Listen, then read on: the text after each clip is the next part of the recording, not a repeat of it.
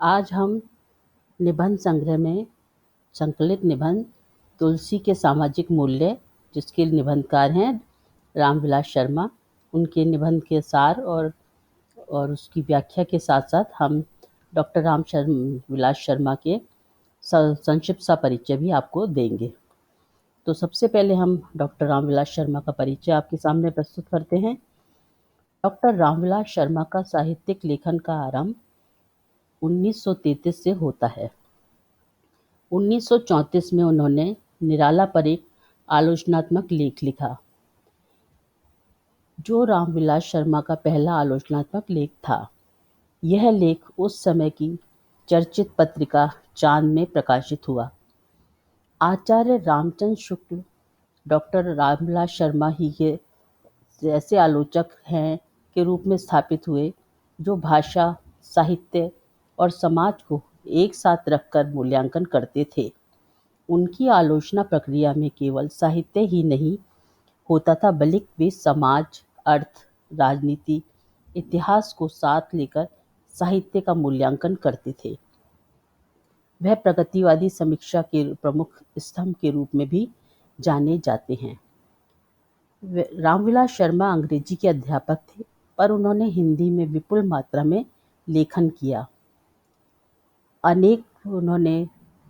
उनके बिना अर्थात रामविलास शर्मा के बिना हिंदी की वर्तमान समीक्षा और निबंधों को नहीं समझा जा सकता है। वे हिंदी के एक प्रसिद्ध विद्वान के रूप में जाने जाते हैं। उनका प्रगतिशील दृष्टिकोण उनकी आलोचनाओं में स्पष्ट रूप से दिखाई देता है। रामविलास शर्मा द्वारा लिखी गई साहित्यिक समीक्षाओं में उनके प्रखर व्यक्तित्व, निर्भीक निर्णय, स्पष्टता और साफगोई का विशेष स्थान है।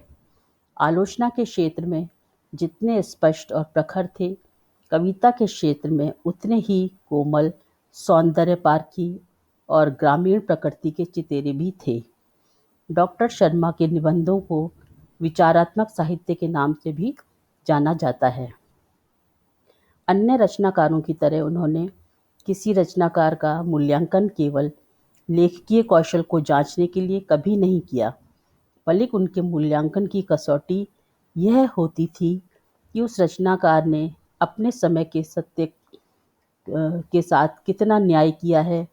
शिल्प की दृष्टि से अनेक निबंधकार या उनके जो निबंध हैं रामविलास शर्मा के, वह हम दो वर्गों में बांट सकते हैं। पहले वर्ग में गंभीर, विचारात्मक और समीक्षात्मक निबंध आते हैं।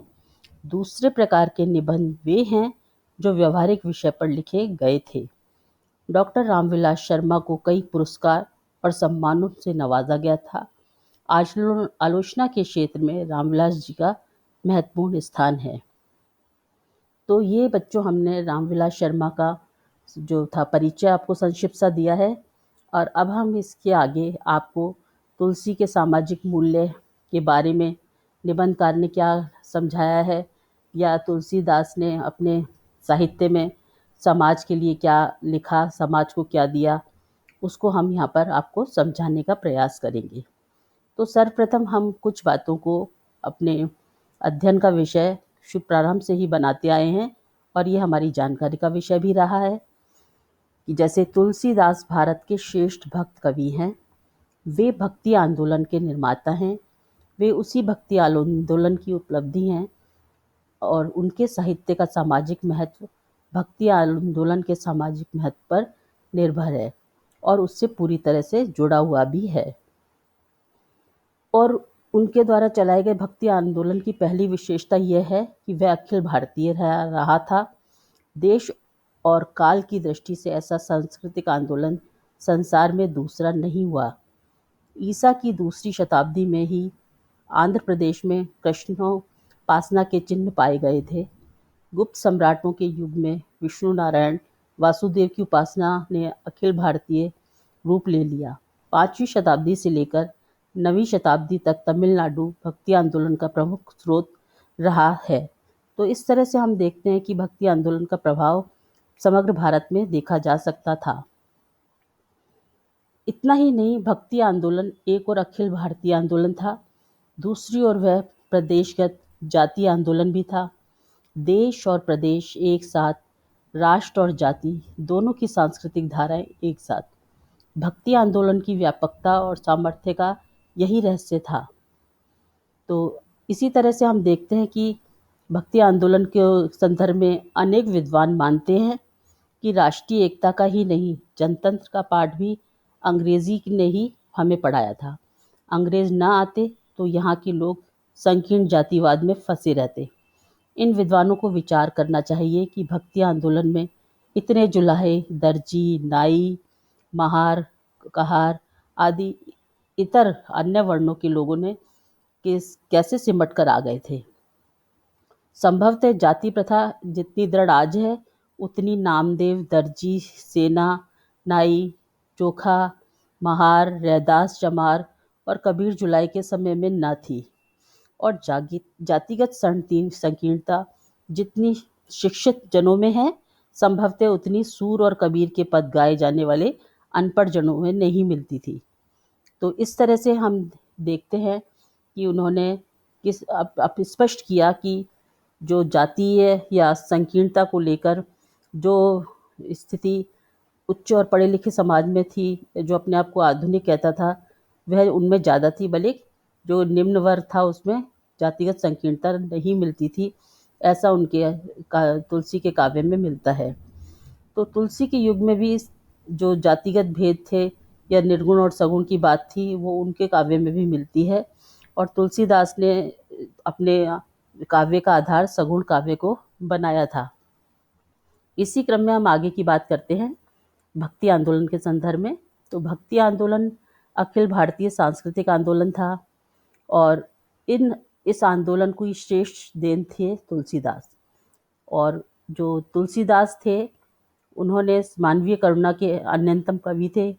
उनके राम दीनबंधु थे, ये सब जानते हैं कि जो तुलसीदास थे, उनकी विनय पत्रिका, ये आदि जो उनके साहित्यिक ग्रंथ हैं, रामचरितमानस है, उसमें उन्होंने समाज के हित की बात कही है। उन्होंने एक स्थान पर कहा है कि परहित सरिस धर्म नहीं भाई, पर पीड़ा सम नहीं अदमाई। तो वो सामाजिक जनों से कहते हैं कि सबके प्रति सहृदय होना चाहिए, किसी के प्रति भी कठोर नहीं होना चाहिए, क्योंकि हम दूसरे का भला करेंगे, उससे बड़ा लोक कल्याण का कार्य और कोई नहीं हो सकता है। तो तुलसीदास जी ने भारतीय समाज के अनुपम चित्र भी दिए हैं हमें। मंदिर में देवी पूजा के लिए जाती हुई सीता, शिव का विवाह, वृद्ध दशरथ और युवती कैकेयी का प्रेम, राम का वनवास, राम रावण का युद्ध, प्रत्यक्ष और अप्रत्यक्ष रूप से उन्होंने यथार्थ जीवन के विभिन्न चित्र दिए हैं। इन चित्रों के साथ उन्होंने आदर्श समाज का मानचित्र भी मिला दिया है, जिससे आज तक लोग सुखी समाज के राम राज्य कहते हैं। तो ये बात सर्वविदित है कि तुलसीदास के काव्य में जो चरित्र मिलते हैं या रामचरितमानस में जो उनका सामाजिक मूल्य की बात हम करते हैं, वो यही है कि आदर्श पिता के रूप में, आदर्श भाई के रूप में, आदर्श पत्नी के रूप में, आदर्श माता के रूप में उन्होंने हमारे सामने एक पारिवारिक चित्र उपस्थित किया था और उसको पालना भारतीय समाज आज भी करता आ रहा है। तो इस तरह से जो समाज है वह मूल्यों के बिना नहीं चल सकता, ये हम सब जानते हैं। मूल्य जो हैं वो समय काल परिस्थितियों से नहीं बदलते हैं, उनका अपना महत्व है। तो हम पुनः तुलसीदास के काव्य रचना या काव्य कर्म की ओर लौटते हैं और आगे देखते हैं कि तुलसीदास ने किस तरह से आम जनता को अपने काव्य का हिस्सा बनाया था। तो तुलसीदास की जो वाणी है मूलतः पीड़ित कृषक जनता की वाणी है। यह वाणी अप्रत्यक्ष रूप से विनय पत्रिका में अपनी अपार वेदना से हृदय को द्रवित करती है। उन्होंने स्पष्ट लिखा है कि जो भक्ति आंदोलन है वह जिस तरह से कृषक की पीड़ा या वेदना को बताता है, यानी कृषक प्रतीक है आम जनता का, जो हमेशा से उपेक्षित रहा है, उसको भी उन्होंने अपने काव्य में स्थान देकर उसकी उपस्थिति को समाज में स्वीकार किया है या उसके योगदान को समाज में स्वीकार किया है। भक्ति आंदोलन विशुद्ध देशज आंदोलन है। यह सामंती समाज की परिस्थितियों से उत्पन्न हुआ था। वह मूलतः सामंती समाज व्यापक व्यवस्था से विद्रोह का साहित्य है, क्योंकि भक्ति आंदोलन या भक्त कवियों का उदय होना एक अचानक जन्म लेने का कोई कारण नहीं है, बल्कि तत्कालीन समाज की राजनीतिक, सामाजिक, आर्थिक, सांस्कृतिक परिस्थितियों से उस समय की जो जनता थी वो इतनी पीड़ित हो चुकी थी, वो व्याकुल हो चुकी थी और उद्विग्न थी कि उसको समझ नहीं आ रहा था वो किसकी शरण में जाए। तो उस समय ये इस तरह के जो भक्त कवि आए, उन्होंने इस व्याकुल पीड़ित जनता को जीने का एक उद्देश्य दिया, शांति और त्राण का एक रास्ता दिखाया। उसी क्रम में सगुण कवि भी हमारे सामने आए थे और उनमें महत्वपूर्ण स्थान तुलसीदास का है। तो इस तरह से हम देखते हैं कि तुलसी साहित्य एक ओर आत्मनिवेदन और विनय का साहित्य है, तो दूसरी ओर वह प्रतिरोध का भी साहित्य है। और हमारे समाज पर गोस्वामी तुलसीदास का इतना गहरा प्रभाव है कि आज वह कल्पना करना कठिन है कि तुलसीदास ने अनेक प्रचलित मान्यताएं स्वीकार करके यह साहित्य रचा। उन्होंने कहा, काहू की बेटी सो बेटा न ब्याह, काहू की जाति बिगाड़ न कहू सो। जैसी उक्तियों से पता चलता है कि उन्होंने काशी नगर में तीव्र विरोध सहना पड़ा था। वे राम के सम्मुख ही विनम्र और करुणा स्वर में बोलने वाले कवि हैं। औरों के आगे सर हमेशा ऊंचा रखते हैं।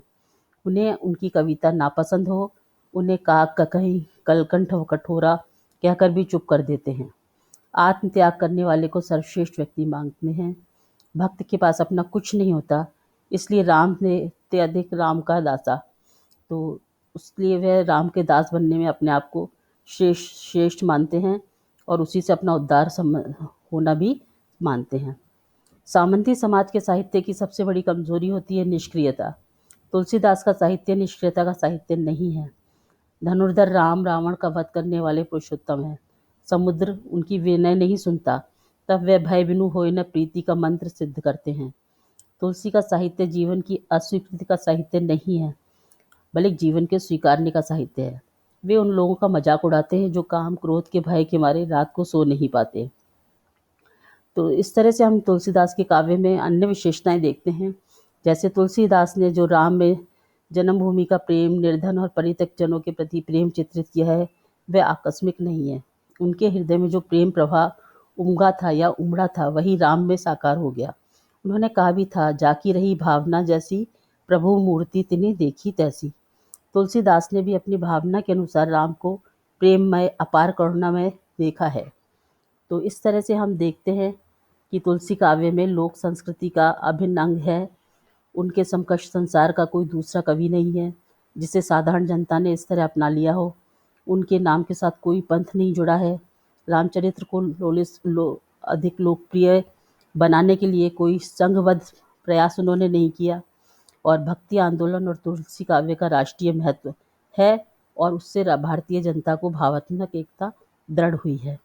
तो अंत में हम कह सकते हैं कि परिवार और समाज के लिए आदर्श और सत्य, निष्ठा, त्याग जैसे मूल्यों की बहुत ही आवश्यकता है। और इन दोनों के बिना, यानी त्याग और परिश्रम, समर्पण के बिना ना तो देश चल सकता है, ना राष्ट्र। और इस तरह से तुलसी के सामाजिक मूल्य में इन सभी मूल्यों की प्रतिष्ठा हुई है जो एक समाज और राष्ट्र के लिए अत्यंत ही आवश्यक हैं। इसी के साथ हमारा ये व्याख्यान समाप्त होता है। धन्यवाद।